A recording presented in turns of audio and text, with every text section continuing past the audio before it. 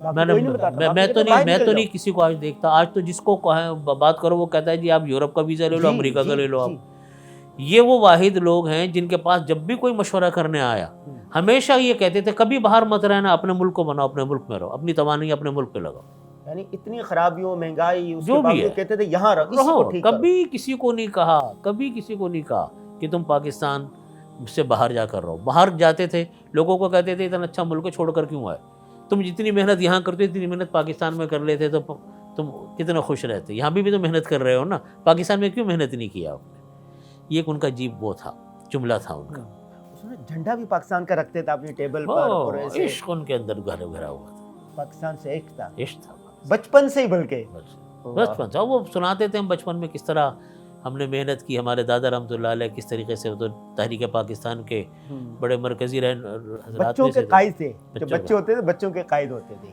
اچھا ایک بات یہ ہے کہ جو مفتی صاحب نے اپنی قبر اپنے لیے منتخب کی, ایک طرف والد یعنی آپ کے دادا مفتی شفیع رحمہ اللہ, دوسری طرف آپ کی دادی, یہ اتفاقاً آپ لوگوں نے فیصلہ کیا یا والد صاحب نے پہلے سے؟ نہیں, جب والد صاحب بیمار ہوئے تھے جو شروع میں, جب یہ بیماری کا سلسلہ شروع ہوا 2 سال پہلے, تو کافی لوگوں کو لے جا کر جگہ بتا دی تھی کہ بھائی یہ میری جگہ یہ رکھ لینا. خود بتا دی؟ ہاں بتا دی تھی, دکھا دی تھی. اچھا, حضرت کا یہ بھی تھا کہ مجھے غسل, تدفین اور قبر طلبہ کو دیں؟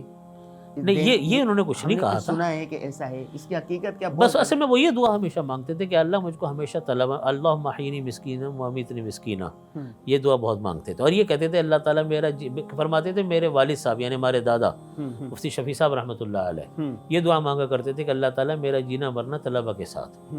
تو فرماتے تھے میری بھی یہی دعا ہے کہ اللہ تعالیٰ میرا جینا مرنا طلبہ کے ساتھ. اور خوش بھی طلبہ میں ہی رہتے تھے, یہ ان کا معمول تھا. یوں تو کہنے کو دنیا کے بڑی جگہوں پہ جاتے تھے, لیکن یہ کہ خوش و طلبہ میں رہتے. سیر و تفریح کا بھی بڑا ذوق تھا. بہت ذوق تھا, سیر و تفریح بھی پوری کرتے. اچھا, آپ کو ساتھ لے کے جاتے تھے سیر و تفریح میں؟ بہت, سب گھر والے جاتے تھے. یعنی ہم اپنے والد صاحب کے ساتھ ہر جگہ گھومنے گئے.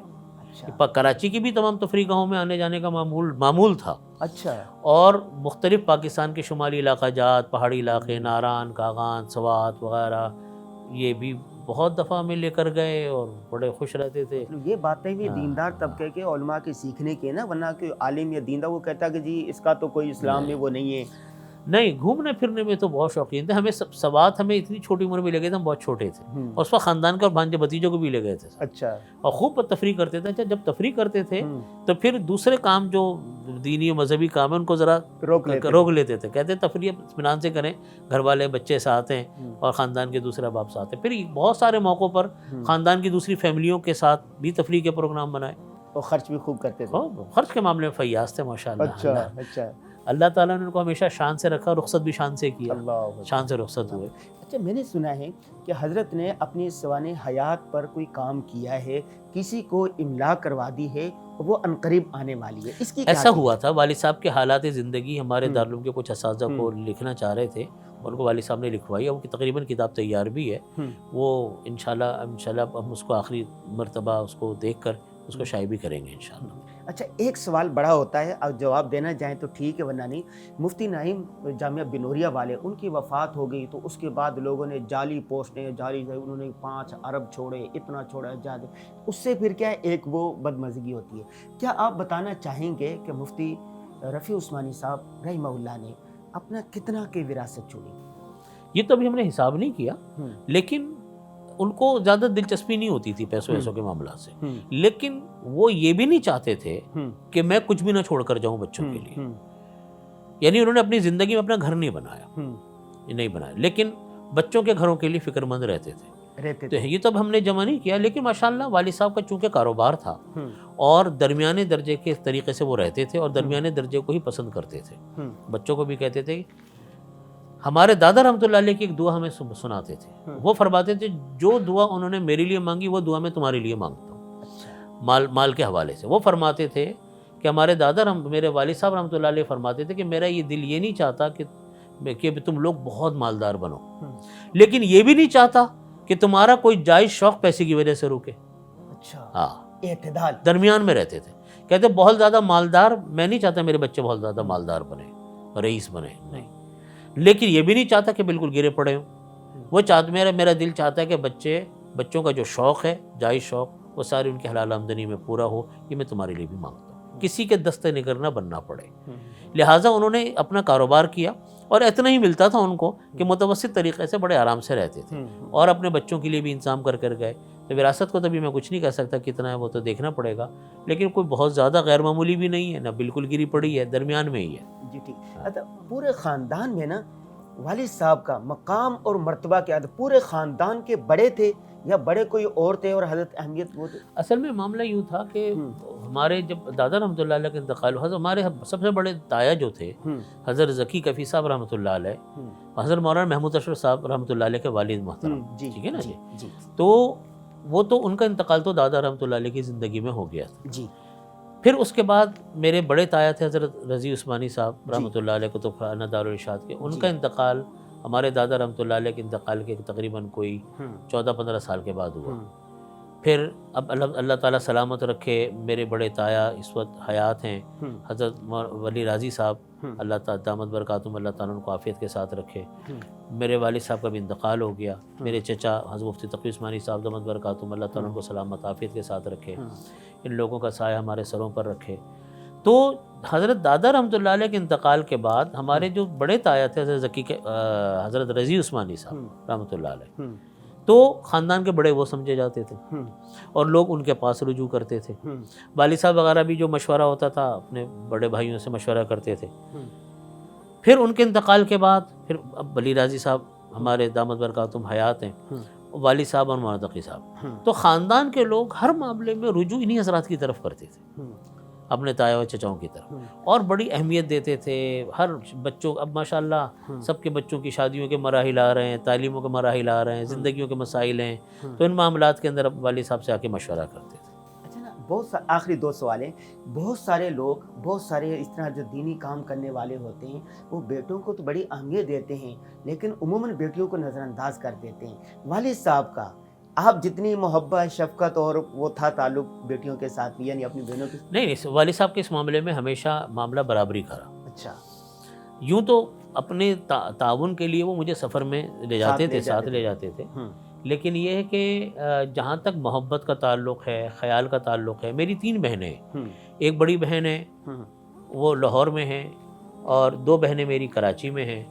ان کے گھروں میں جانا، ان کے گھروں میں جا کر ان کو بلانا، ان سے تعلق، ان سے ہنسی مذاق، ان کے معاملات کو دیکھنا، بہت کسی کے گھر میں اگر کوئی خدا نخواستہ کوئی مسئلہ بھی پیش آ گیا کسی بھی حوالے سے تو اس میں پیش رہنا، یہ تو والد صاحب کی ایک عام عادت تھی۔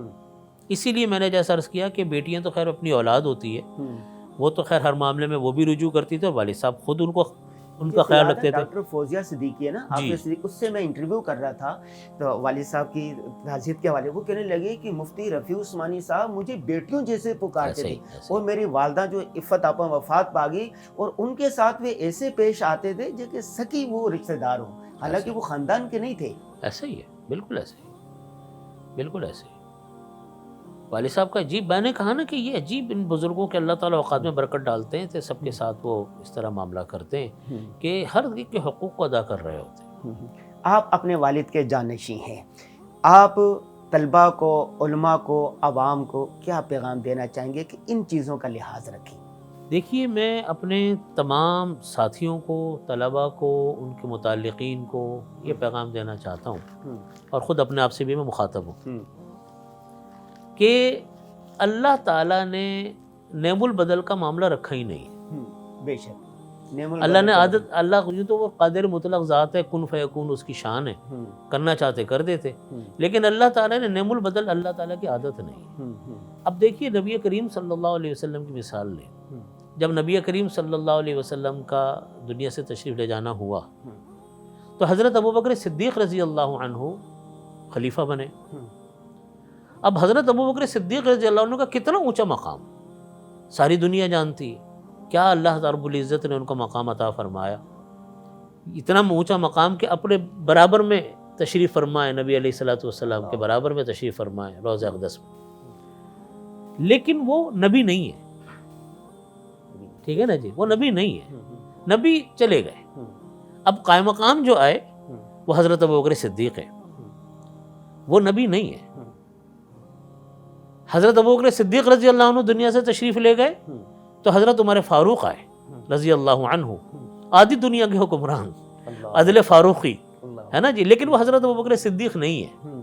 حضرت عثمان غنی رضی اللہ عنہ آئے، حضرت عثمان غنی رضی اللہ عنہ کا اپنا مقام، لیکن وہ حضرت عمر فاروق نہیں ہے۔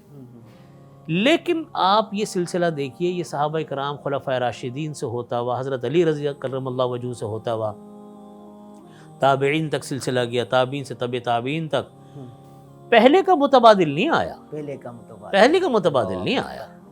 اللہ چاہتے تو پیدا کر دیتے، ہے نا جی، لیکن اب کا کوئی کہے کہ جی ابوبکر صدیق کا متبادل ہو، نہیں، آنے والا اپنی شان ضرور رکھتا ہے، اب آنے والے ایک اپنا مقام، ایک مرتبہ رکھتا ہے، لیکن وہ پہلے کا متبادل نہیں ہے۔ صحابہ کرام کا دور گزرا، تابعین کا دور آیا، تابعین کے دور کے بعد طب تابعین کا دور آیا، وہ پہلے کا متبادل نہیں بن رہا ہے۔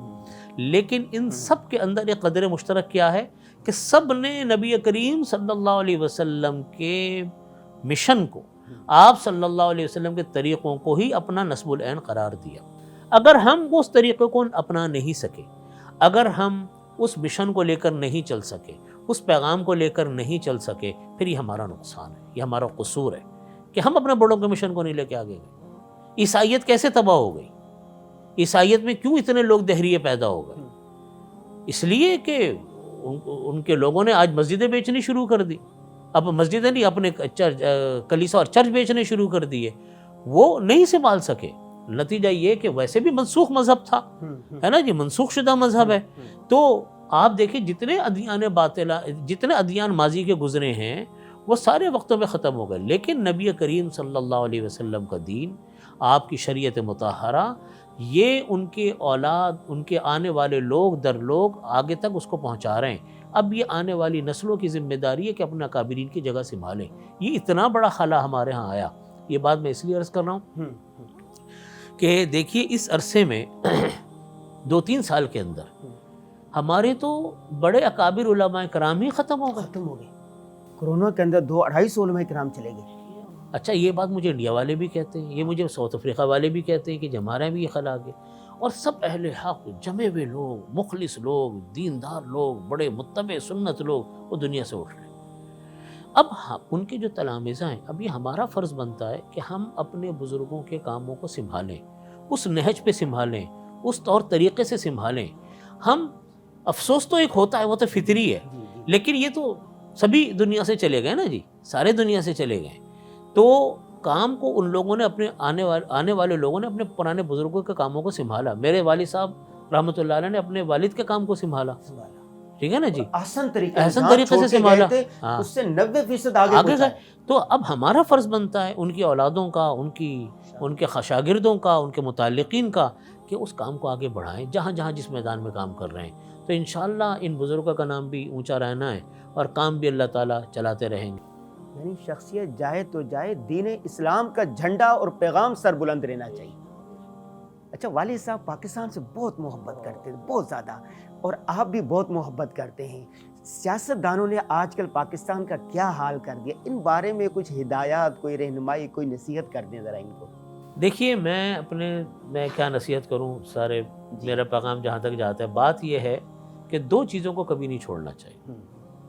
ہمیشہ اپنے ملک کے مفاد میں سوچنا چاہیے اور اپنے دین کے مفاد میں سوچنا چاہیے۔ ان 2 اصولوں کو ہم سامنے رکھیں تو انشاءاللہ ہم کبھی کسی سے پیچھے نہیں ہوں گے۔ میں جب کبھی باہر جانے کا موقع ملتا ہے، میں جب غیر اسلامی ملکوں میں جاتا ہوں اور وہاں جا کر دیکھتا ہوں، یہاں تک کہ اسلامی ملکوں میں بھی جاتا ہوں، مجھے یہ چیز عمومی طور پر نظر آتی ہے کہ ان کے جو بھی ذمہ دار ہیں ان ملکوں کے، چاہے وہ مسلمان ہو چاہے غیر مسلم، اپنے ملک سے مخلص ہیں، محبت کرتے ہیں، اپنے ملک سے محبت کرتے ہیں۔ ان کا کوئی فیصلہ، ان کی کوئی پالیسی وہ ملک کے خلاف نہیں جاتی۔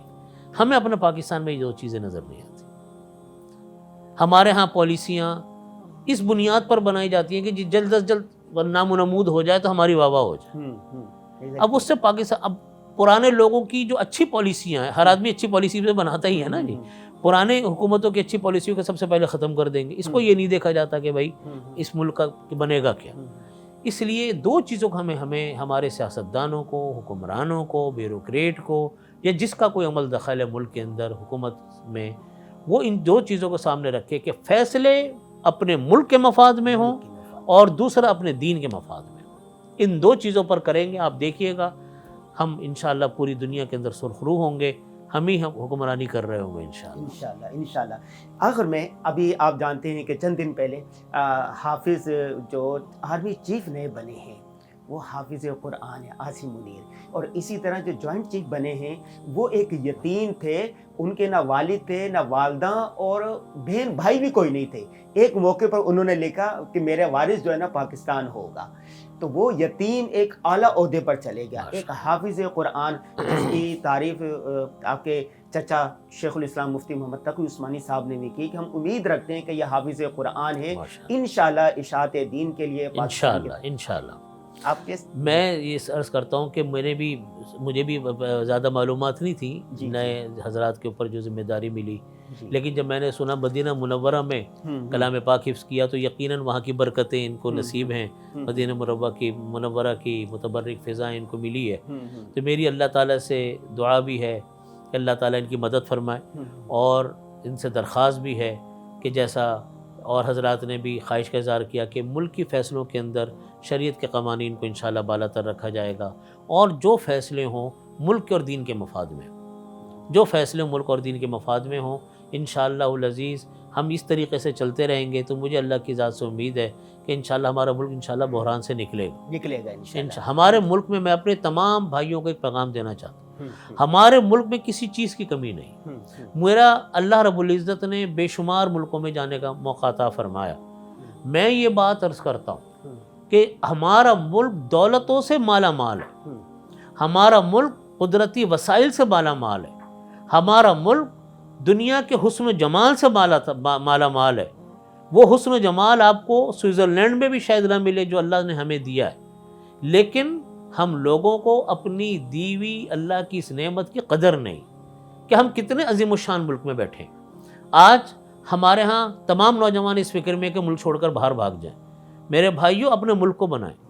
یہ ملک اگر اسی طرح کرپشن کرنے والے کون ہیں؟ میرے بھائی ہیں۔ اس ملک کو لوٹنے والے کون ہیں؟ میرے بھائی ہیں، ہمارے پاکستانی ہیں۔ اس ملک کو نوچنے والے، اس ملک کو ختم کرنے والے، یہ سب ہمارے پاکستانی ہیں۔ تو ہمیں کیا مشکل پڑی ہے کہ ہم اپنے ملک کو نقصان پہنچائیں اور دوسرے ملکوں کے اندر پردیسیوں کی طرح زندگی گزاریں 3rd نمبر کے شہری ہو کر؟ یہ ہمارا قصور ہے کہ ہم اپنے ملک سے محبت نہیں کرتے، ہماری پالیسیاں ہمارے ملک کے مخالف ہیں، ہمارے طور طریقے ہمارے ملک کے مخالف ہیں۔ آج جو بچے ہمارے ہاں تعلیم یافتہ ہو رہے ہیں وہ ذہنی طور پر پاکستانی نہیں ہیں، ہم اپنے کلچر سے نفرت کرتے ہیں، ہم اپنی زبان بولتے ہوئے شرماتے ہیں، ہم اپنا لباس پہنتے ہوئے شرماتے ہیں۔ کیوں؟ کیا کمی ہے ہمارے ملک میں؟ ہماری زبان میں کون سا نقص ہے؟ اپنے ملک کو اپنا ملک سمجھیں، اپنے ملک کو بنانے کی فکر کریں۔ ہمیں کیا مشکل پڑی ہم دوسرے ملکوں کے اندر پردیسیوں کی زندگی گزاریں؟ کس طریقے سے میرے پاکستانی بھائی دوسرے ملکوں میں پہنچتے ہیں، کس طرح زندگی کا 1/3 حصہ ان کا صرف ویزے پاسپورٹوں کے چکر میں نکل جاتا ہے۔ بہت سارے وہ لوگ ہیں جو بارڈر کراس کرتے ہوئے جاتے ہیں، یا اللہ اتنی مشکل زندگی گزار رہے ہیں، کیوں؟ اس لیے کہ ہمارا ملک ختم ہو رہا ہے۔ تو بھائیوں، میں اپنے تمام بھائیوں سے عرض کرتا ہوں کہ اپنے ملک کی قدر پہچانیں۔ یہ عظیم الشان ملک ہے، یہ عظیم ملک ہے، اس کا ایک ایک ذرہ قربانیوں کے ساتھ حاصل کیا گیا ہے، اور یہ ملک دنیا کی قدرتی نعمتوں سے مالا مال ملک ہے۔ اللہ تعالیٰ مجھے، آپ کو، ہمیں اپنے ملک سے محبت اور قدر کرنے کی توفیق عطا فرمائے۔ حضرت بہت شکریہ آپ کا۔ جی ناظرین، آپ نے دیکھا تو ہم نے مفتی رفیع عثمانی صاحب رحمہ اللہ کے بیٹے سے ان کی یادیں، ایمان افروز باتیں، خوبصورت یادیں تازہ کی، اور ہم نے جس طرح پاکستان سے محبت، طلبہ سے محبت، علماء کے لیے محبت، اشاعت دین کے لیے درد ایک کڑھن حضرت میں تھا، بالکل عکس ہم نے حضرت کے جو بیٹے مفتی زبیر اشرف عثمانی صاحب ان میں پایا، اور شاید تاریخ کا طویل ترین انٹرویو حضرت نے ہمیں دیا ہے۔ اللہ نے چاہا تو اس کے جو اثرات ہیں وہ پورے پاکستان پر، عوام پر، عالم اسلام پر مثبت ہوں گے۔ حضرت بہت شکریہ، اتنا طویل وقت آپ نے دیا۔